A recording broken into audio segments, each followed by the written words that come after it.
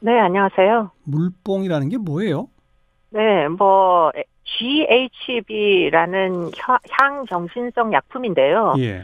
문제는 얘가 무색무취하고 몸에 흡수가 굉장히 빨라가지고 어, 사실은 추출되기가 굉장히 어렵다고 합니다. 예. 그리고는 최근에 이제 SNS 등을 통해 가지고 지금 이 약물, 강간 약물로 예. 데이트 성폭력 약물로 굉장히 많이 거래가 되는 것이 지금 확인이 되고 있습니다. 그래서 이걸 먹게 되면 어떤 증상이 나오는 겁니까? 그야말로 이제 인사불성이 될 수밖에 없고요. 어, 그리고는 이제 이렇게 약물의 효력 안에서 일어난 일에 대해서 기억을 잘 못하는 그런 이제 어, 부작용이 있어가지고 네. 문제는 대부분 GHB를 본인이 사용을 하기보다는 예. 타인에 예, 의하여 예, 이제 약물에 노출이 돼가지고 결국 예. 어떤 사고를 당한 이후에 기억을 못하는 이런 이제 아, 상황이 되는 거고요. 일단은 인체 내에 들어가서 수시간 이내에 이미 다 흡수되거나 배설되기 때문에 이게 사실은 그래요? 추출이 마약으로 검출이 잘 안 된다고 합니다. 그러니까 이걸 술이나 이런 데 살짝 타가지고 먹게 만들어서 정신을 잃은 상태에서 범죄를 저지르고 몇 시간 지나면 깨면서 체내 외로 또 다 빠져나간다, 이 성분이. 그렇죠. 그러다 그러니까 보니까 증거가 안 본인이, 잡힌다. 그렇죠. 아, 본인이 무슨 일을 당했는지도 불명확하고 이러다 보니까 네. 신고가 많이 되지 않는 이런 문제를 갖고 있습니다. 요 GHB라는 것도 분명히 마약인 거죠. 네, 마약이고요. 향정신성 의약품에 해당하는데 예. 이게 문제는 합성이 가능하다는 거예요. 그래서 GBL이라는 물질과 BD라는 물질을 합치면은 네. 이게 조제가 가능한 그런 이제 어, 마약류입니다. 예. 그러니까 보통 말하는 뭐 필로폰 그다음에 또 뭐 헤로인 이런 것들은 만들기도 어렵고 유통도 어렵고 좀 비싸고 그러잖아요. 근데 이거 GHB는 그렇지 않다는 얘기입니까? 그렇습니다. 그렇기 때문에 어, 이제 과거에 우리나라에서 원료를 수천 명분을 수출을 해가지고 검거된 사례도 있고요. 네. 그러다 보니까 이게 조제도 쉽고 상당 부분 지금 SNS를 통해서 서로 판매가 형성이 되다 보니까 지금 예. 국내에서도 예. SNS 상에 이런 이제 GHB가 필요하다고 올리면은 예. 거의 강남권에서는 15분 이내로 클럽을 어, 중심으로 해서 이게 유통이 되고 있다. 이런 이제 그 이야기들이 존재합니다. 15분 내에 네네. 가격도 그렇게 많이 안 비싼가요, 그러면? 가격이 꽤 비싸죠. 그러나 이제 히로뽕처럼 그렇게 많이 비싼 건 또 아니어가지고 어허. 젊은이들 사이에서 이게 상당 부분 거래가 되는 것으로 알고 있습니다. 네. 일부 그 기자들이 직접 이거 물뽕 사겠습니다라고 SNS에 올리니까 뭐 금방 여기서 살 수 있다, 여기서 살 수 있다 올라온다던데 그런 식으로 경찰이 좀 포착해서 단속한 실적은 없습니까?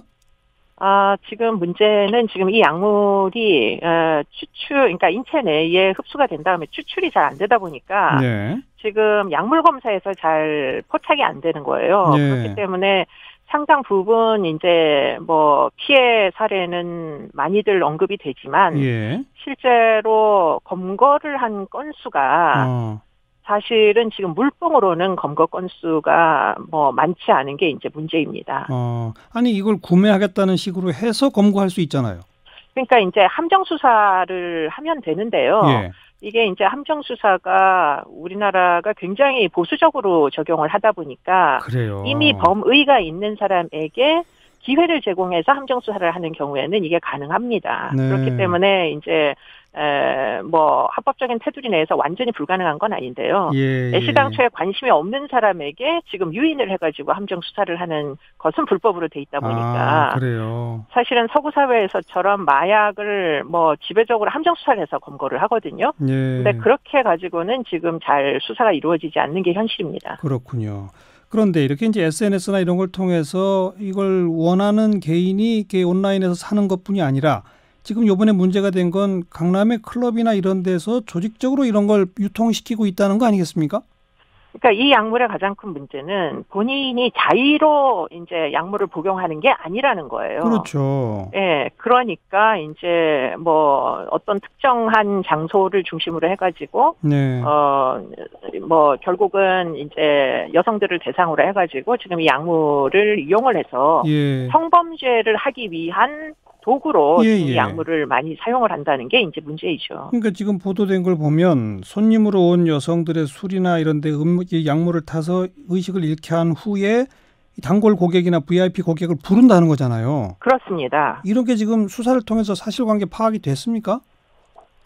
지금 수사 중이고요. 오늘 압수수색을 했습니다. 그렇기 때문에 이제 그 혐의점이 있는 지금 특정 클럽과 그 클럽과 그 클럽을 담당하는 이제 지구대가 지금 압수수색 영장이 발부가 돼가지고 지금 증거를 확보하고 있는 와중인 것으로 알고 있습니다. 혹시 클럽과 경찰 사이에 유착 의혹은 없나요?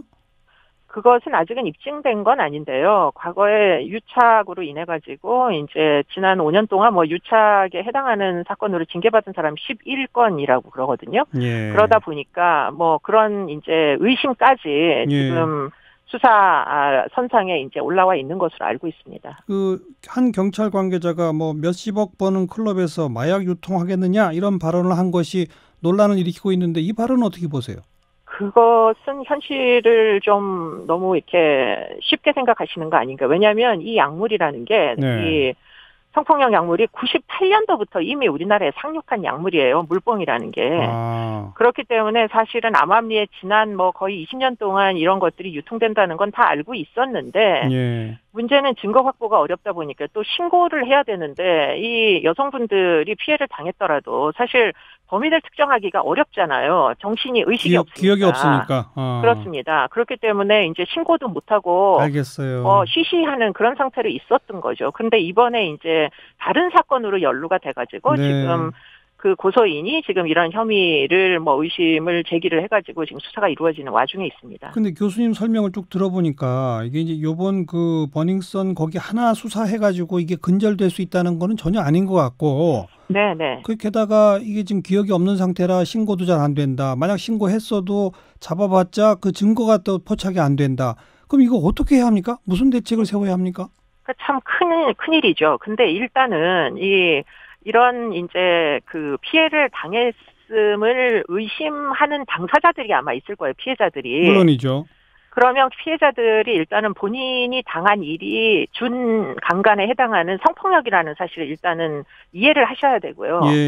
그러면 이제 그분들이 어디서 주로 피해를 당했는지를 신고를 해주시면은 그러면 지금 소위 지금 문제가 되고 있는 특정 클럽처럼 강남권에서 주로 유통되는 클럽들을 찾아낼 수가 있지 않습니까? 그렇죠. 그러면은 그런 클럽들을 대상으로 해가지고 준 강간도 이게 성폭력이라서 맞아요. 신고죄가 폐지가 됐기 때문에 수사를 할 수가 있는 거거든요. 피해자 의사랑 관계없이. 그렇기 때문에 이제 수사를 하게 되면 특정 클럽이나 장소를 중심으로 해가지고 광범위한 조사를 하다 보면 결국에는 마약 거래에 이제 그 조직이 확인이 된다거나 이럴 수가 있는 거죠. 알겠습니다.